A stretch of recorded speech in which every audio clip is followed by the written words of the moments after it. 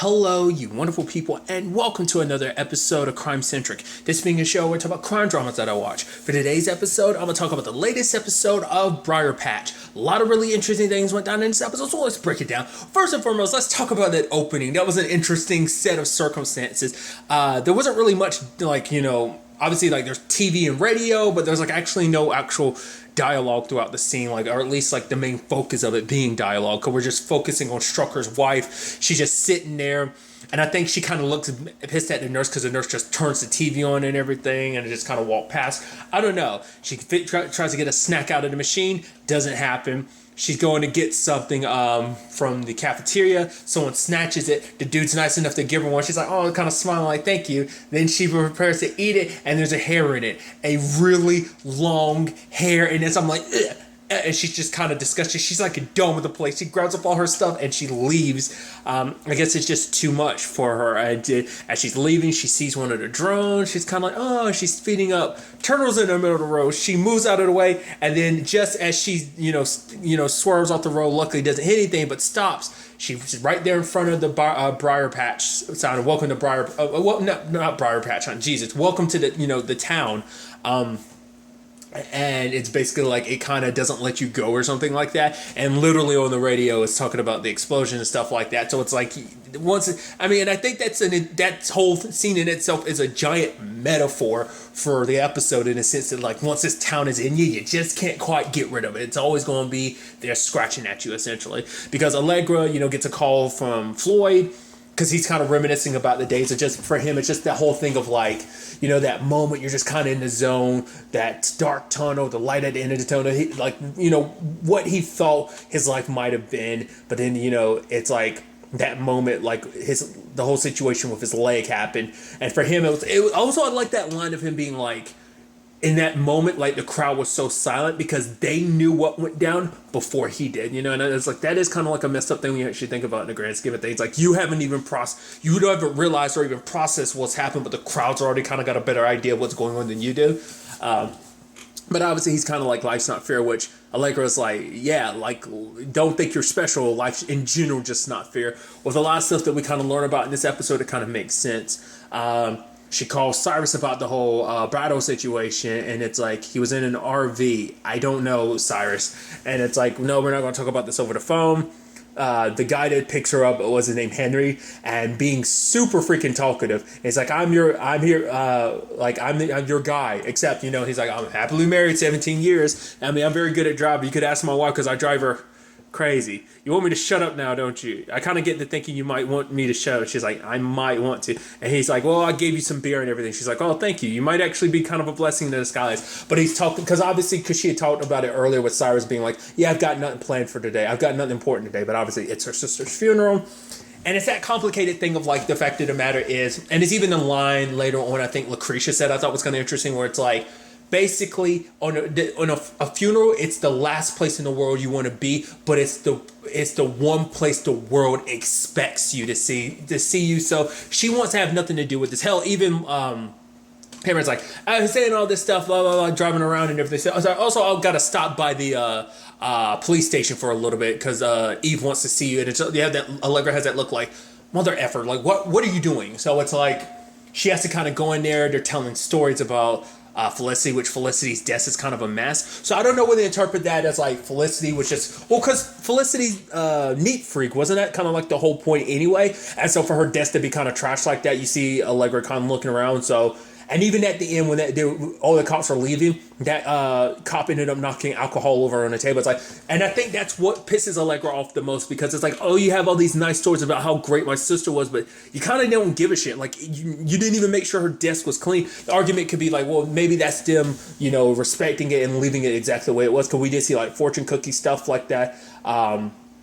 It looked like fortunes from a fortune cookie, but it's just that disrespect, oh, he didn't realize it, but at the same time, it's just kind of you feel you would be a little bit more mindful of that situation. So that's why I'm kind of because Allegra at the same time, Gene is talking to her about everything, because he's oh, tell some stuff about your childhood. I mean, she told, because apparently she didn't tell him anything about, because also middle finger to Allegra, sadly, it's the guy was what, and this cop was staring at her, and she's what? And he's I didn't know she had a sister. And it was like, now she's finding out more and more about, like, there's so much she didn't know about Felicity's life. And apparently there's so much people didn't know about Felicity at all. Like, all these people act like they know Felicity, but they don't know much. Because even Jean is talking about, oh, she didn't talk about her childhood. It's like, yeah, for a reason. Like, about their parents passing. Allegra was 17. So Felicity was 7. I won't lie to you. Literally every time they say Felicity, for whatever reason in my head, I don't auto-complete it as Dill. I auto-complete it in my head as Huffman. And I'm like, right, her name's Dill, not Huffman. I don't know why that just kept popping in my head. I just thought that was funny. But regardless, apparently, Allegra was like, I did whatever I had to kind of take care of her, and that included sending her to a boarding school. Which she's like, yeah, it was better than her growing up in this town. She's like, maybe if I let her stay here, maybe it would have reminded her not to come back. Because obviously Allegra wanted nothing to do with this town. But for Felicity to come back, and that's like the biggest question for her, is like, why the hell did you come back this town? Like, this town has nothing but bad memories. It's just a shit town. It's just, there's so much bleh to this town. Like, I don't know why you would want to come back, you know? But also that line from Jean where it's like, oh yeah, the Bible talks about the sin, anger is like what, a way of letting the devil in or something like that. But for Allegra, she's like, anger is the only damn way to survive or something like that, you know? And I think it's just like, once again, because him like quoting the Bible and stuff like that, I guess it's kind of like almost saying like, I think for her, she gets pissed off because it seems like, oh, you act like you have all the answers, like you've kind of got this all figured out. It's just like, let me handle things, like why can't I process things in my own way? But at the same time, it's also about like, because the fact is, that's something AD brings up later on. Like, the fact of the matter is, everyone's kind of grieving in their own way. Allegra is deciding to work and stuff like that. AD's like, you're working? Because for her, it's like, my sister, I don't think Floyd did it. She kept bringing it up. She brought it up to Eve, but Eva's like, no, you let us work. You work, do what you're supposed to do today, and that's grieve. And it's just like, for Allegra, she's not the type of person that, like, she likes to preoccupy herself, because it's just like, I think it's a moment when you stop to start, like, when you just stop, it all sinks in, you know?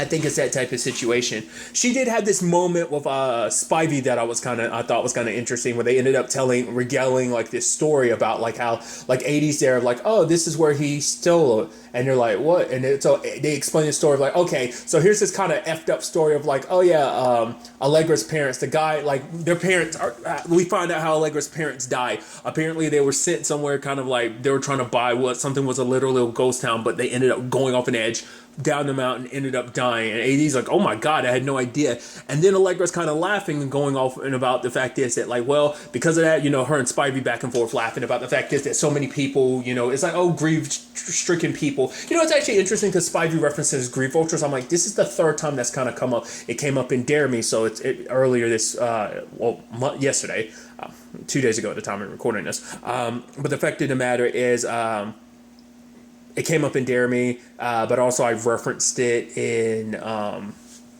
when I was discussing this week's episode of Manifest, so I just thought that was kind of interesting. Just 3 shows in a row that kind of have dealt with that kind of grief ultra type of situation, but nevertheless, they were talking about the fact is that the people, you know, funeral type of people that were trying to, you know, it's like, oh, and one particular dude gave this horrible sob story, and he was like, all right, I'm gonna go use the bathroom or something. Well, apparently he came in there, he stole her parents' ashes along with ate some of the sandwiches and stuff. Like, he's like, hey, wait, he literally stole your parents. And it's like, yes, because apparently it's like, my dad has said like, oh, I'll pay whatever debt I have over my dead body. And so he took dad and he took mom. And I'm like, and even AD's supposed to be like the rational person in this situation, like, that's super fucked up. And like, obviously it's such a fucked up thing that Spivey and Allegra just can't help but laugh about it. But I mean, that's how you deal with pain. You kind of laugh the pain away. It's like, that's morbid. I wondered, they never actually brought it up, but was she ever able to get her parents back? Like, was he arrested? Did they actually track down the guy? Like, that's super messed up. So there's that.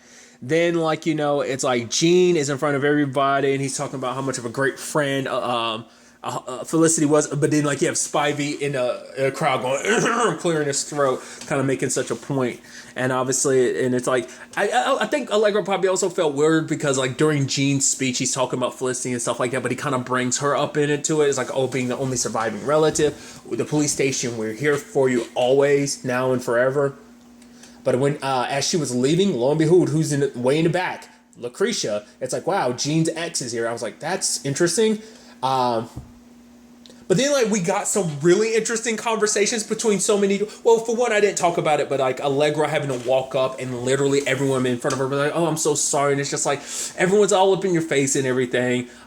Even that one lady was like, "Oh yeah, like your sister. Yeah, I'm so sorry." Her and her like, what was it, blonde hair or something. And then it's like, and then she realized she's like, wait, her name was something else. I'm so sorry. But then later on, that lady's like, I remember. I'm like, do you actually remember when she brings that up later? We never got the full context of like what, or was she still confused and was she about to confuse Felicity with someone else yet again? I don't know. I'm curious about that. But nevertheless, the point I was making is we got some interesting conversations. We got Cindy and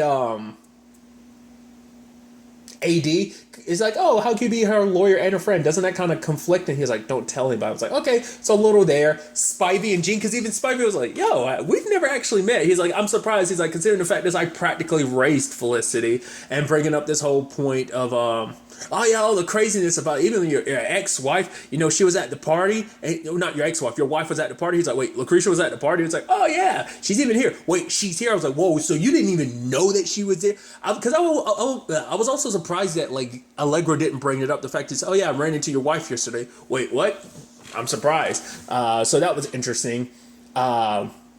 But you could tell Spivey was doing that just to kind of spite him. But, like, you know, there is a part of it, like, despite whatever duplicitous thing he's really up to, like, you can tell he does, I think, care about Felicity. But I don't know, the fact is he put that money in there just makes me kind of think, like, I don't know, maybe kind of, like, paying his respects, you know, considering the history they have, or, you know, I don't know. Like, I think you could interpret that in many different ways. You know, maybe you could look at it as a good gesture, or maybe you could look at it as he's kind of a scummy businessman, and it's kind of like, well, this is the least I can do for you. I don't know. Like I said, it's a situation I could read too much into it. But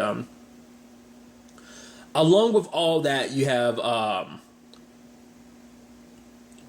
Lucretia sitting down with Allegra. It's like, okay, I get one of those, and Allegra gives her a cigarette. She doesn't smoke it. She puts it in a bag and is like, do you smoke it? She's like, no. I'm like, what the hell was that about? Is that going to come back to screw Allegra over because it's like, oh, you gave her something with your fingerprints? Like, what the fuck is that going to turn into? Why would you take it? I guess for her, it's kind of like a thing of like, well, this is a moment where we should be probably like, oh, we could smoke together, but I don't smoke, so I'm just going to, you know, it's just the gesture, like the action of pretending like I'm smoking. I don't know what that was about. I'm like, what? And so Lucretia ends up saying some weird shit where she was like, oh, yeah, you know, it's like, I'm here for Jean, you know, because he loved her so much. And even Allegra's looking like, we're talking about your husband who's going to leave you for my sister, and then we're going to get married. You're here at her funeral to look after your husband because he was here to check on his, you know, you're trying to make sure your husband's okay after losing his lover. And she's making this whole point of like, oh, like, you know, it's kind of like you can't really reasonably ask someone to just love just one person. She's like, if I could, I'd love someone else too or something. But I'm like, and Jean's like, oh, is she bothering you? And like, was like, no. And he's kind of getting a little aggressive and stuff like, Lucretia and just kind of getting pissed at her. Can we talk or something? I'm like, what the hell is that about? And I think that might have been kind of them inkling to like maybe Jean's not the cool and nice character he might pretend to be. Maybe there might be some issues there. Like I'm not gonna say like, you know, abusive type of stuff, but that's just that way. It's just kind of like he's getting. I mean, it could just be the thing of like, how can you be here? This is inappropriate type of situation. I mean, to be fair, she's still your wife. That's a whole thing. But that's why I'm like, I don't know whether like there's more to that. We'll kind of probably have to wait. But obviously, you also have Freddie. Freddie's just about getting to the truth, but at the same time, it's like, you don't have to be a dick about getting to the truth, because he's like, oh, we'll keep running this story about Felicity, but it's like, he's kind of pushing the angle of maybe Felicity was dirty, but then, you know, obviously Allegra's trying to figure out what he knows and stuff like that, and so it's like, you know, it's like apparently like Strucker and Felicity were at odds like 3 weeks ago, because he pulled her off, like she was looking into something that she didn't have no business looking into, so I don't know what to kind of make of all that, you know? So, I didn't also talk about it, but Cyrus showed up. Because obviously Allegra brings up the whole, like, drone thing. But she even said it herself. She's like, it didn't seem like Brattle's thing nor Spivey. So I was like, so is there a third party involved in this? Part of me's like, well, could it be, like, Cyrus or the senator? Could there be something there? I don't know. But for her to even bring up the fact that it wasn't even Brattle, I was like, oh, I guess he's showing that off. Because like she references the town again that Brattle brought up last episode. She brings it up to Cyrus, and Cyrus says that he's going to look into it. But they're planning on making a deal with Brattle, because even Allegra's like, I don't 100% understand why he's doing it. Like, it almost seems like, because she's like, he's willing to do time, and even Cyrus is like, I didn't see that coming. So it's like a thing of like, it's almost like they're willing to do business with Brattle, but obviously Allegra's like, no, he's a monster. The fact of the matter is, Spivey, everything's set up. He just literally is telling us once Brattle's in jail, then he'll give a full deposition and stuff like that. But it's like, we're not even doing that because it's like, let's call the FBI right now. But it's like, they've got their own plans and their own games at play here. So it must be that Brattle must know a lot of stuff, because the whole thing of like, oh, I'm turning myself in, he must have known that Allegra was going to bring this to the senator and Cyrus, because she's even like, let me tell it to the senator myself. But it's like, oh, you know, that can't happen. I guess he's spending time with his family right now, his wife in particular, and like, oh, having the his employee who's also his mistress show up, probably not the best thing. But it's just like, they're up to something. I think the reason why they would want to, you know, because obviously Brattle wants to kind of take Spivey out of commission, but maybe this is also a thing of like, Brattle knows something about the senator and Cyrus, and maybe they're trying to take advantage of this, so why they're willing to make more dealings with Brattle. But obviously it's like, what am I supposed to tell Spivey? It's like, oh, you don't tell him nothing. You fake the tears if you have to, but you don't say anything about this. So I'm like, that's just, once again, it's just like, I mean, it's a whole thing of like, don't let them see who you really are. And I think it's just, I don't know, it's just like Cyrus, every time it's like, at first it seemed, oh, interesting. Like, once again, it seemed like she kind of had a choice to work while you're here dealing with your sister, the grieving of the passing of your sister. But now it just seems like they're just shoveling this, you're just caught up in all this while you're already dealing with your sister's stuff. But it seems like it's separate, but I think that's ultimately all going to end up, you know, coming together. But, at the same time, we kind of learned a lot more about Allegra's relationship with her sister, like what kind of pisses her off the most about this. Because for her, it's like, you know, once again, people are saying all this stuff about like, oh, Felicity, like they knew, like, oh, like for her, Allegra doesn't like people painting this picture of who her sister was. It's like, that was my sister, I know. I think it's because they lost contact and now she's realizing she doesn't know her sister as well as she thought she did. But it's hard to say whether that's just her holding on to like her as a sister being like, no, I know my sister better than these people do, or is it just pissing her off because these people knew a side of her that you didn't know? Because even once again, some people didn't even know she had a sister, so that's a whole thing. Side note, I didn't even talk about it, but Home Dude, who was with Cindy, the one who, you know, was bugging Felicity's place, Home Dude, he winked at Lucretia. I didn't even talk about that. I'm like, what, is that something?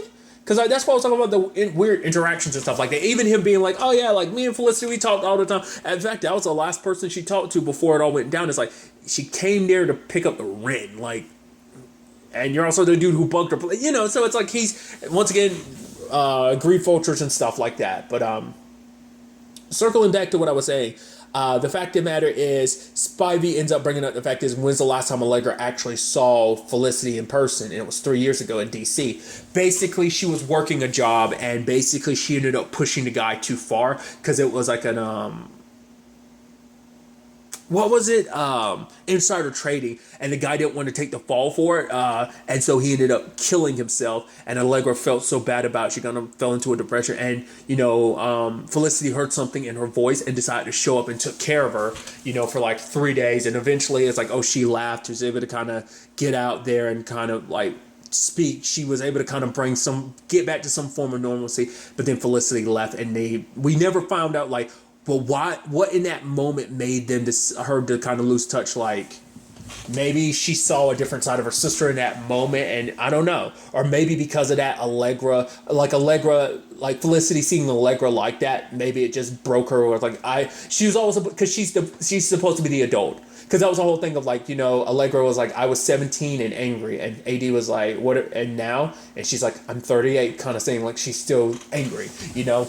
But the fact of the matter is, it's the situation of like, maybe, because even Spivey is like, oh, you must kind of hate her for it. And Allegra looks at him, because he's like, you're the one that's supposed to be taking care of Felicity, and in this case, she took care of you, and that pissed Allegra off. But like, maybe there's some part of her that's a little prideful, because it's like, no, like I was the one that kind of stepped in the role of the parent for her to kind of have to pick me up. Maybe there sadly is some truth to it. I don't know. But at the funeral and you know, it's like, it's like, oh, do you have anything to say? And Allegra just kind of was like, nope. She was like, she had enough of it all. Like the guy taking pictures and stuff like that. She grabs the picture of Felicity and walks away, because I guess once again it's like, no, she's mine. This isn't for your guys to have. This isn't her. She isn't yours to make up whatever you want to make her into. And she walks away with the photo, and she's kind of laughing and stuff, but it turns into sadness, because for her it's like, you left me here. Like, no one should be left in this town alone, and you kind of left me alone. You went and died on me, you know? And, you know, because it's starting to sink in once again. I think it's that time. It's just like, it was creeping around her the entire episode, but I think it really just finally sank in, and Floyd's there and everything. Giving her the drive, and it's like, obviously he could never get into it, so, because that's what I thought was interesting. I'm like, why didn't he bring, I guess because maybe he knew his time was up, because he know eventually the cops are going to catch up to him, that like this isn't going to end well. So I guess like that was the whole point of talking to Allegra earlier in the episode, trying to like decide what he was going to do, but he gives it to her. And it's like, we can't let them know what's up. So he ends up pretending like he's holding her hostage or whatever. And Allegra's like, it doesn't have to end this way. Like, I believe that you didn't do it. And but he's telling her to be the one to figure it all out. But for him, it's like, it's already over. He knows that around, like, there, he was never going to walk away from this situation alive. So I guess he kind of wanted to go out on his own terms. And sadly, see him kind of get shot to death at the end, which is kind of sad, you know. Because now it's going to be like, oh, case closed. Felicity's killer's been found. Obviously, that's not the case, but still. I'm very, very, very interested to see where ultimately all this is end up going to take. Where this is all going to end up taking us going forward into the next episode. Like, you know, what is it that, you know, Allegra's going to find on that drive? Like, what's this got to, like, this whole thing between Felicity and Strucker? What's that all about? I mean, granted, Strucker's still alive. You would assume this has to have something to do with that. You know, once again, how does Spivey and Brattle play into this? Even, you know, the Senator, like I said, like, it doesn't seem like these are all disconnected. It seems like it's all connected. You just don't have the pieces yet. So hopefully we get more pieces to the puzzle next episode. But really, that's all I want to talk about. To the next time we meet. Really quickly, I was about to end this. I just thought about something too. Was it me or was it Cindy looking at Allegra licking her lips? And I mean, we know she kind of made a pass at, you know, Felicity apparently, but now it's like, oh, like, does she still kind of have a thing for Allegra, even though Allegra kind of turned her down? Because she tried to be like, oh yeah, I'm sorry for the other day. I just really quickly had to say that, because it just like popped in my mind really quick. I was like, right, she was like licking her. Like, I don't know, it just seemed like that was more on purpose of the fact that they showed it and everything. But regardless, till the next time we meet, be happy, be safe, live life to the fullest and enjoy it. Good day and goodbye.